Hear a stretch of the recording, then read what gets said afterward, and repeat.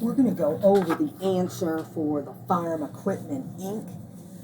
Job costing problem. Here is where I have T accounts already set up for the general ledger T accounts, such as materials, work in process, finished goods, etc.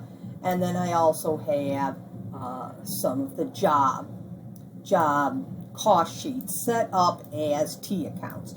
Now, in real life, you would have job cost sheets instead of T accounts.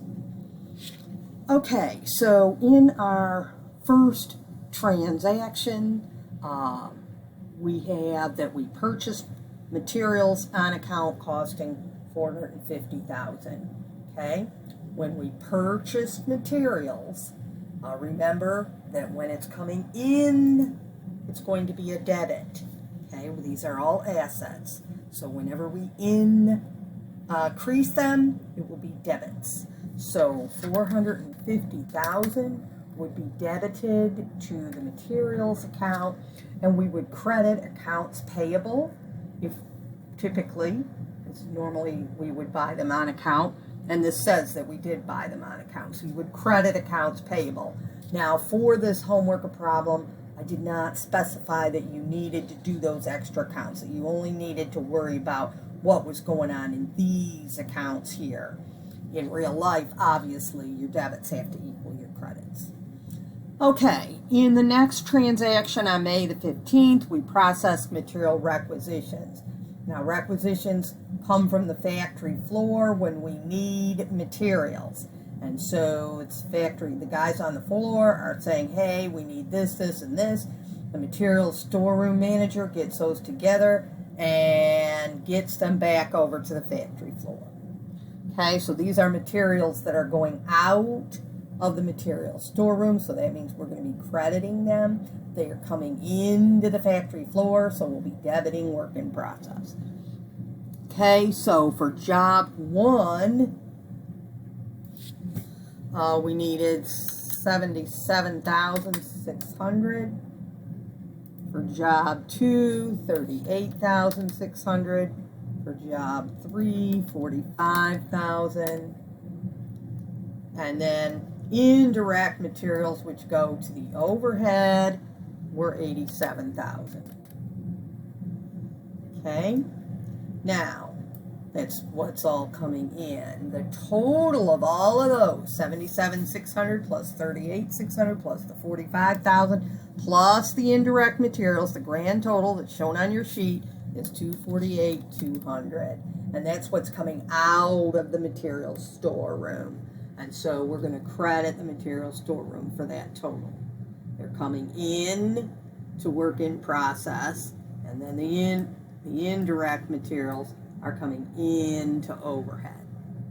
Now, anytime that I have something debited or credited to materials, I have to also put that in the materials subsidiary ledger. However, in these we don't have a material subsidiary ledger, so you're good to go. Okay, with just it being in the general ledger. In real life, you would have a subsidiary ledger for each type of material, so we can keep track of how many the boards and how many boxes of nails, etc. that we have. Okay. But here for this problem, we didn't need to do that. Now, we also have some numbers in work in process, and whenever you have that and you're keeping track of jobs, you need to put the same numbers in the job order cost sheets. Now here, we're using T accounts instead of job order cost sheets. So I'm going to go here where it says job number, go up, change that to job one.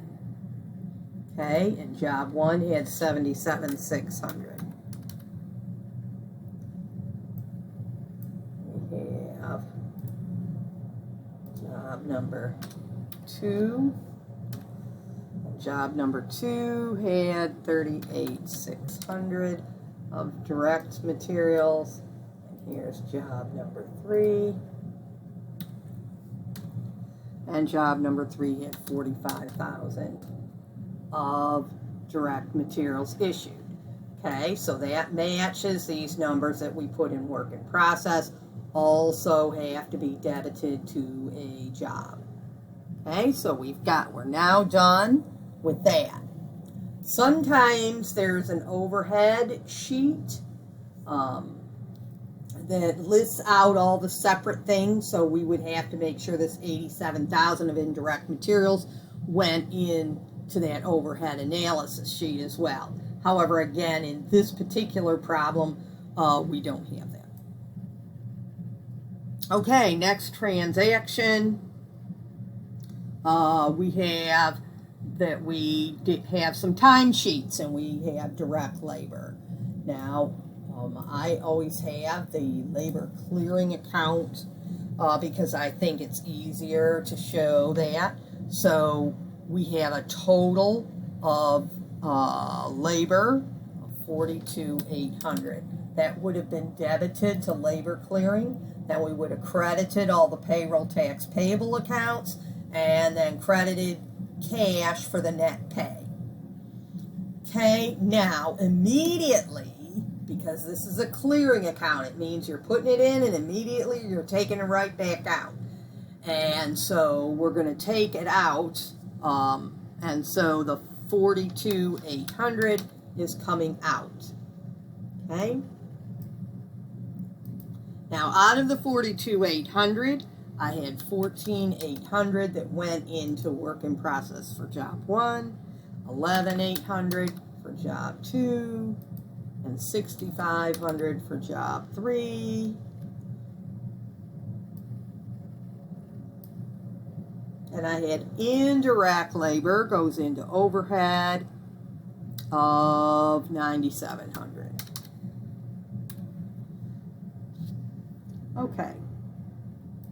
Now, whenever I have stuff in work in process, I have to put that same stuff in the jobs. So here's job number 1. The direct labor was 14,800. Job 2 was 11,800.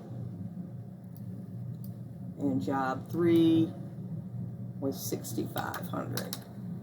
Okay. Okay. Next one, we have our end of the month transactions, and we're supposed to apply overhead at 160% of the direct labor cost. Okay, if it was direct labor hours, I'd have to multiply the number of hours times the rate. Okay, but here they want the direct labor cost, so 160% of the direct labor cost. So if I go ahead over here, and for job number 1, I had 14,800 job cost, and I multiply that. Let's see.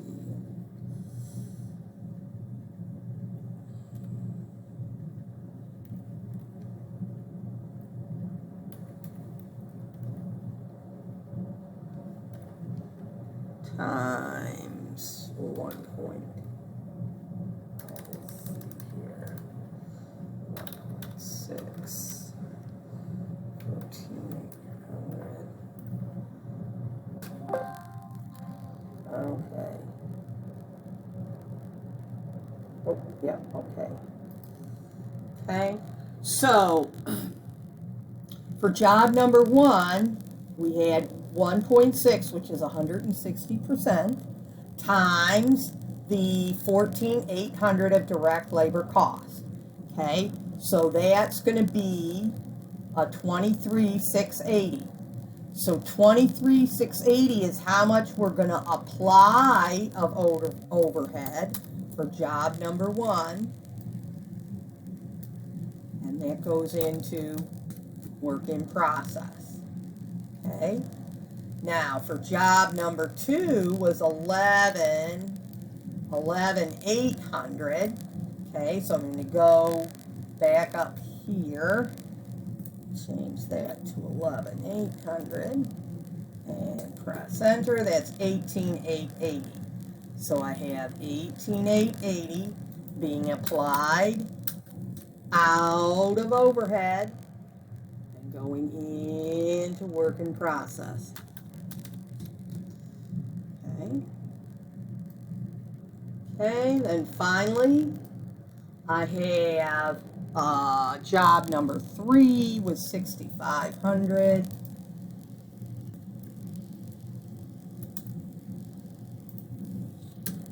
And that's 10,400. That's going into work in process, being applied out of overhead. Now, everything that went into work in process has to go into a job. Okay, and so we have 23,680 in job number 1. 18,880 is overhead from job number 2. And 10,400 is in job number 3. Okay, so that was all of us applying direct labor overhead. Okay, so now I have direct materials, direct labor, and applied overhead is all in my work in process, and all those same numbers are in the jobs.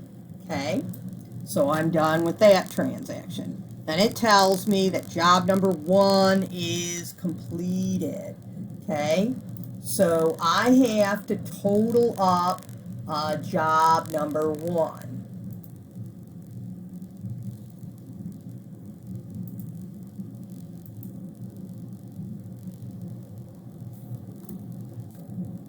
Okay, which is 116,080.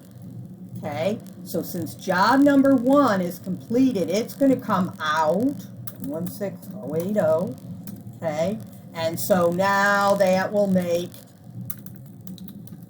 okay, job number 1 a balance of 0. Okay, because it's now coming out of the factory floor. I also, whatever is in a job, it has to be in work in process and vice versa.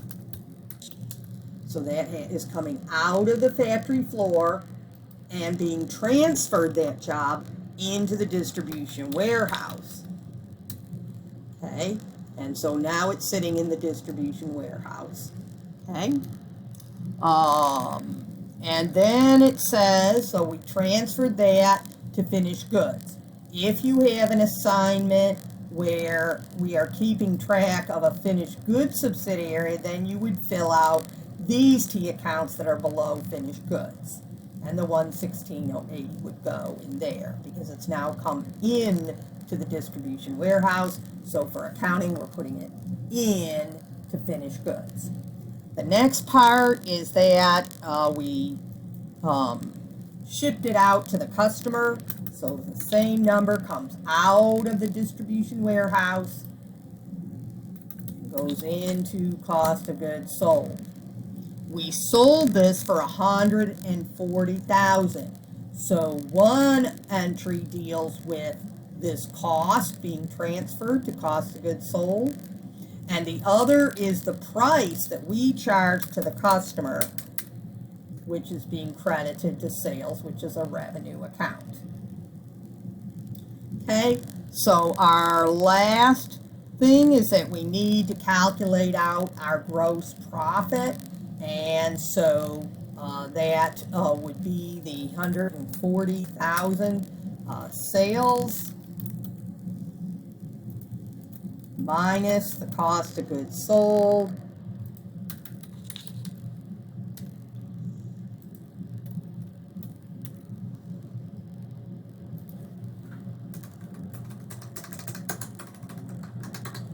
be 23,920 is our gross profit for this particular item.